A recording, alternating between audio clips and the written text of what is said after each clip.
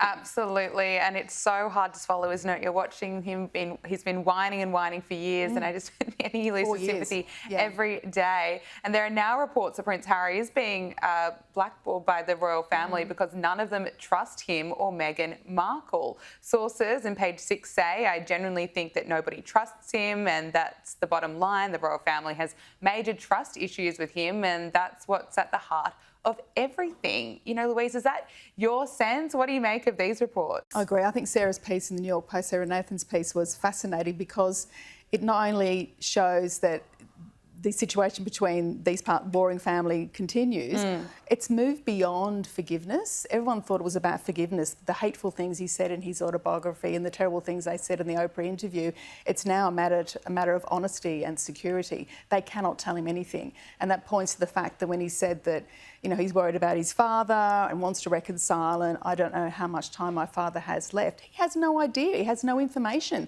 They tell him nothing because whatever is said ends up in the media. Absolutely. And then, you know, he might want to get another book deal going or whatever's coming next. He might have some little new material to work with. Now, Meghan Markle has shared a new photo of Prince Archie enjoying a sunset to mark his 6th birthday. In an Instagram post, she wrote, "Thank you for all the love, prayers and warm wishes.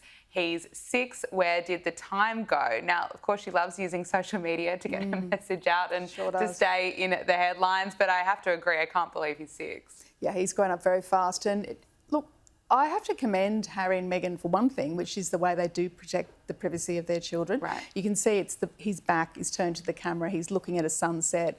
He's sort of present, but there's no sort of breach of his identity. But you're absolutely right. This is all part of Meghan's sort of brand building narrative and storytelling thing that she's absolutely obsessed with on social media. And I mean, you know, when the kids are older, whether they want to actually be part of that sort of remains to be seen. She talks about keeping a digital scrapbook.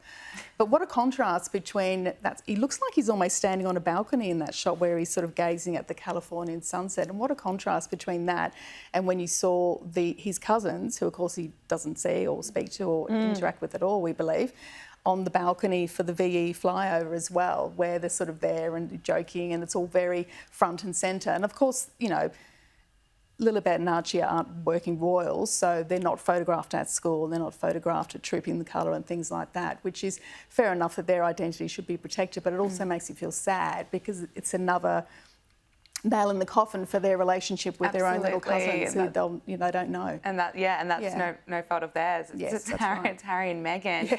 Well, King Charles and Queen Camilla have marked the 2nd anniversary of their coronation by unveiling their new state portraits. Now, the portrait of the King shows him wearing the robe of state alongside his naval uniform with medals, and the Queen is portrayed wearing her coronation dress.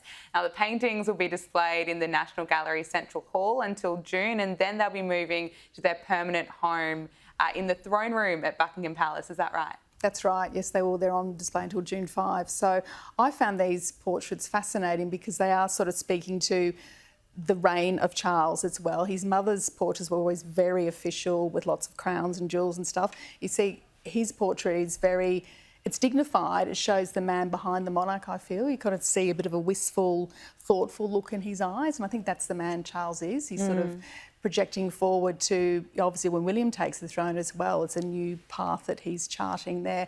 And I think what was interesting in Camilla's dress was so elegant and beautiful, but it wasn't sort of fussy, or there wasn't a crown or lots of jewels and stuff. And the fact that her daughter Laura was there as well and approved it sort of, I think, speaks volumes as well. But it was a great picture of Camilla because, let's face it, she has some real style and grit, that her ascension to the throne has been a lot of hard work over many years. And I think that is really illustrated by this sort of very elegant portrait, which apparently they both love. So well done to them. Well said. Louise Roberts, News Corp journalist, thank you so much for joining us.